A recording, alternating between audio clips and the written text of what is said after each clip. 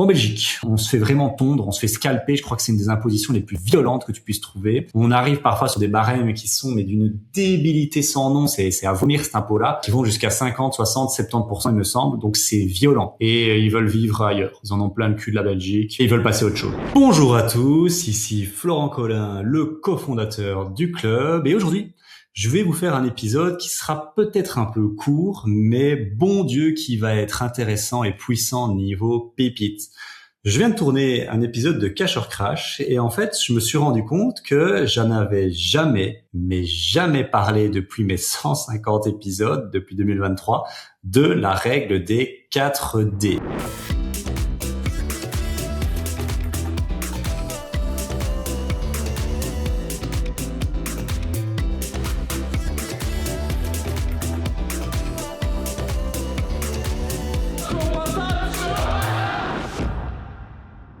C'est quoi cette règle? C'est une règle qui va te permettre de faire des économies mais monumentales dans la négociation. C'est une règle qui permet de déceler les bons vendeurs. Alors elle est assez simple en fait cette règle-là, mais si tu la connais pas, tu passes à côté. En fait, dès que t'entends dans le discours avec l'agent immobilier, avec les vendeurs, qu'il y a un des 4D. Dès que tu retrouves en fait un des 4D dans le discours du vendeur et de la raison de la vente, là, mon Dieu, il faut allumer les voyants sont allumés au vert. Il faut être un peu comme un requin, le goût du sang là, tu le sens parce que ça sent très très bon. Alors, les 4D, je te les donne et puis je vais les développer bien évidemment. Nous avons le décès, nous avons le déménagement, nous avons le divorce et nous avons les dettes. Alors, je suis désolé, c'est un peu cynique, le malheur des uns fait le bonheur des autres. Et là, on est vraiment là-dedans parce qu'il n'y a rien de joyeux à part le déménagement, peut-être. Donc, quand tu entends une de ces 4 raisons, ce pourquoi le vendeur est en train de vendre, mon Dieu, les hostilités, la fête est ouverte, on va dire ça comme ça. Les hostilités démarrent. Alors, tu vas me dire, oui, mais ça, il est pas marqué sur l'annonce. Bah non, bien évidemment. Ça, il faut le demander. Et pour moi, c'est ma question numéro 1. C'est pourquoi le vendeur vend. Alors au début, on est un peu frileux, on se dit oui, mais c'est peut-être un peu trop frontal. Je t'assure que les agents immo, déjà, ils s'en foutent. Tu leur poses la question frontalement, ils s'en foutent. Et les vendeurs, il faut pas demander ça en mode alors vous vendez ça pourquoi et vous frottez les mains. Alors faut pas faire ça comme ça. Mais tu demandes ça de manière normale, neutre, et ils seront très contents de t'expliquer. Enfin très contents. Ça dépend. Si c'est un déménagement, ça va, mais si c'est un décès, divorce, dette, ils seront pas très contents, mais ils le diront. Ils le diront de manière assez fluide. Il y a rarement de rétention d'informations et ils vont pas mal le prendre aussi. Ça, c'est très important. Cette question-là, moi, je la pose direct. Pourquoi le vendeur vend? En tout cas, dès que je fais une visite, même au téléphone, voilà, pourquoi il y a une raison de la vente. Là, je faisais un cash or crash. La personne, en fait, elle est partie en Roumanie. Elle est partie en Roumanie, rejoindre sa famille. Donc, on est dans le déménagement ici. Et elle veut plus rien avoir à faire avec la Belgique et elle veut vivre des jours heureux là-bas. Donc, voilà, elle veut vendre, mais elle veut vendre vite. Parce que souvent, en fait, pourquoi tu fais une bonne affaire avec les 4D? Parce qu'il y a une notion de rapidité et de vitesse, mais qui ne dépend pas des personnes. Ce n'est pas eux qui décident, ok, je veux vendre, j'ai besoin d'argent rapidement. C'est des conséquences externes. Ici pour le décès, je vais en parler, mais c'est au niveau de l'héritage, des dettes, des trucs impayables pour les gens qui reçoivent des biens immobiliers en héritage. Le divorce, forcément, ça part en sucette, ça part en vrille. T'as envie de liquider ça le plus vite possible et t'es dans l'émotionnel, donc c'est pas grave.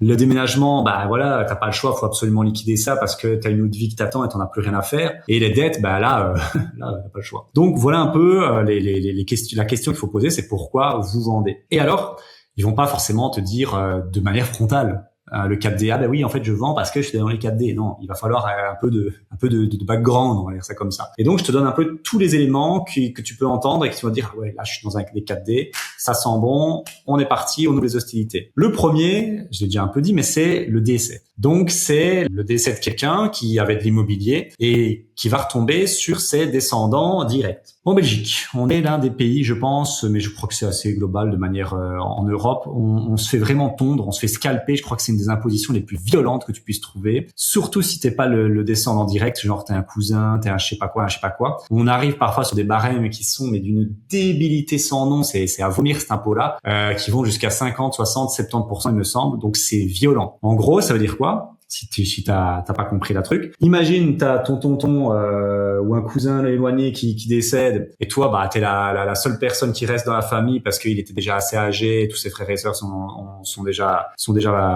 décédés. Ça va te retomber dessus. Bah, vu que t'es un cousin éloigné, tu vas pas payer 25-30%. Tu vas payer, c'est intéressant. On va demander, imposition, héritage, Belgique. On va voir un peu, en ligne directe, 30%, hein.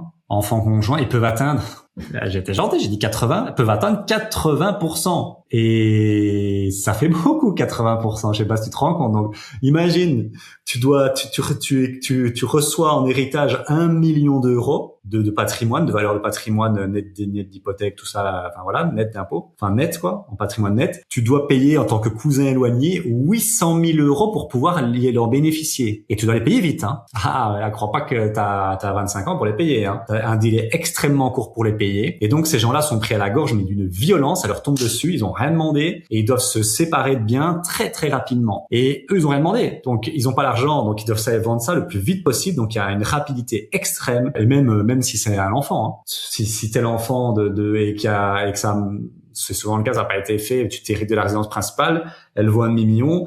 Tu dois sortir 150 000 balles dans les 6 mois. Bah, tu les as pas. Et donc, tu dois revendre la maison. Ça fait mal au cœur souvent.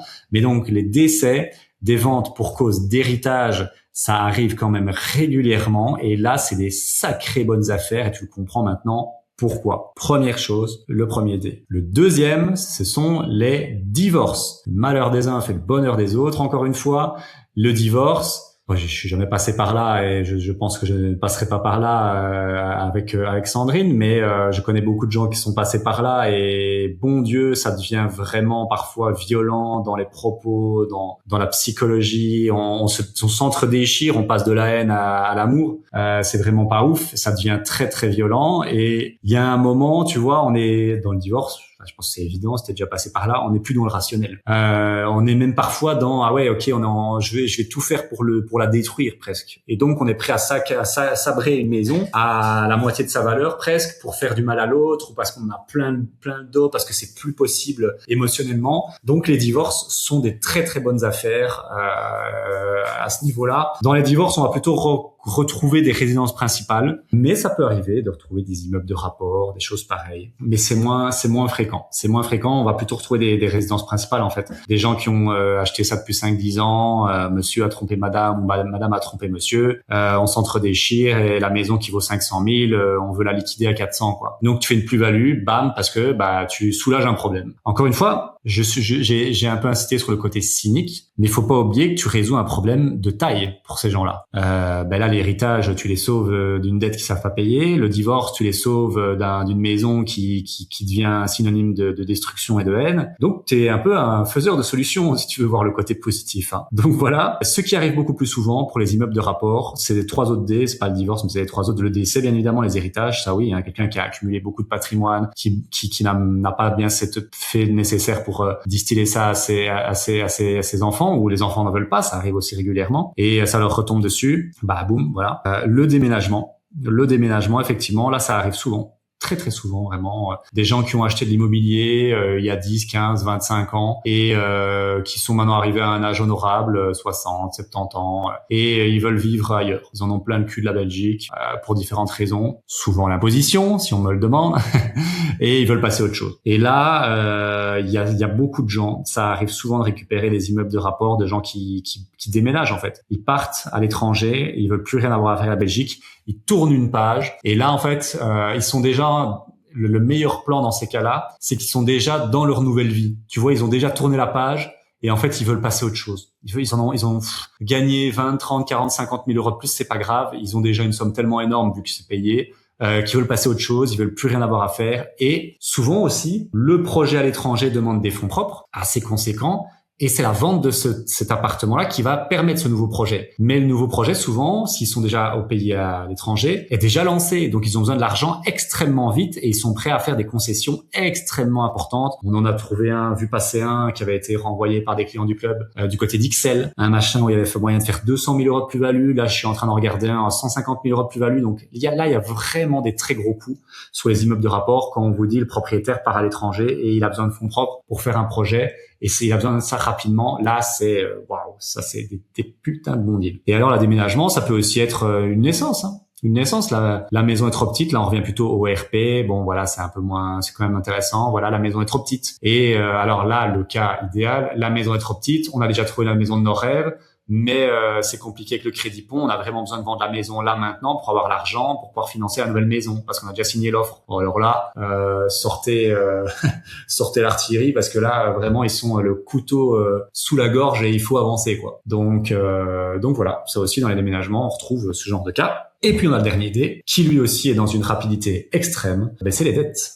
Et oui, on les oublie souvent, mais c'est les gens qui se sont endettés, qui ont fait de la merde, il faut le dire, parce que d'XY raisons, ils ont pris une maison trop chère pour leurs revenus, ils ont fait un peu n'importe quoi, ils ont été au casino et tout. Et j'en connais des gens qui ont perdu leur maison à cause de ça, malheureusement, enfin des connaissances, on va dire ça. Donc pour XY raison, il est endetté, il peut plus payer son crédit, et donc la banque lui saisit, c'est aussi simple que ça. Alors cette catégorie-là est plus difficile à trouver sur le marché public. Souvent, ça va être avec un réseau de curateurs, de notaires, de trucs judiciaires. C'est souvent là-dedans qu'on va les retrouver. Donc si c'est ça qui vous intéresse, essayez de vous approcher de certains curateurs. Là, c'est des affaires de fou, hein. Là, les biens sont cassés de 10, 15, 20, 30% de leur valeur, et ils partent à une vitesse VV'. Dans les bidites aussi, hein, c'est un peu ça qu'on retrouve quand je parle des notaires. Mais donc voilà, pour les dettes, c'est moins fréquent de trouver ça sur ImoWeb, mais ça existe. Maëri, par exemple, son premier deal en achat-revente, option, c'était la banque qui liquidait un bien qui avait énormément de dettes. Et était sur ImoWeb.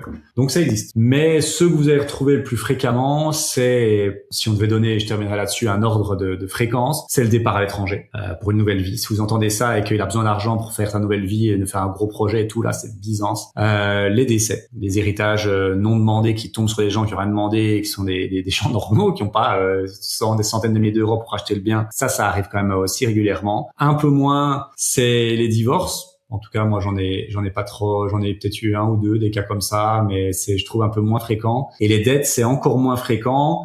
C'est pas qu'il y a moins de gens qui font des dettes, il y en a des gens qui font qui sont en faillite personnelle, société tous les mois, mais c'est plutôt un réseau off-market de curateurs, des choses pareilles. Donc voilà, je sais que l'épisode était assez court, mais vraiment, si vous entendez, vous comprenez, vous percevez dans les mots de l'agence avec la question pourquoi le vendeur vend, vous entendez un de ces 4 D là, on est parti, ça sent très très très très bon. Maintenant, s'il vous dit non, ils sont pas pressés, ils veulent revendre mais à leur aise, là on n'est pas dans les 4D, ça va souvent être plus difficile de négocier, vous allez le voir. Mais si vous tombez dans un de ces 4 là on est parti, on fonce et on va pouvoir faire des offres agressives et faire avancer les choses. Voilà, merci d'avoir écouté cet épisode. On se retrouve pour un prochain épisode très bientôt et je te dis très belle journée et à bientôt. Ciao ciao.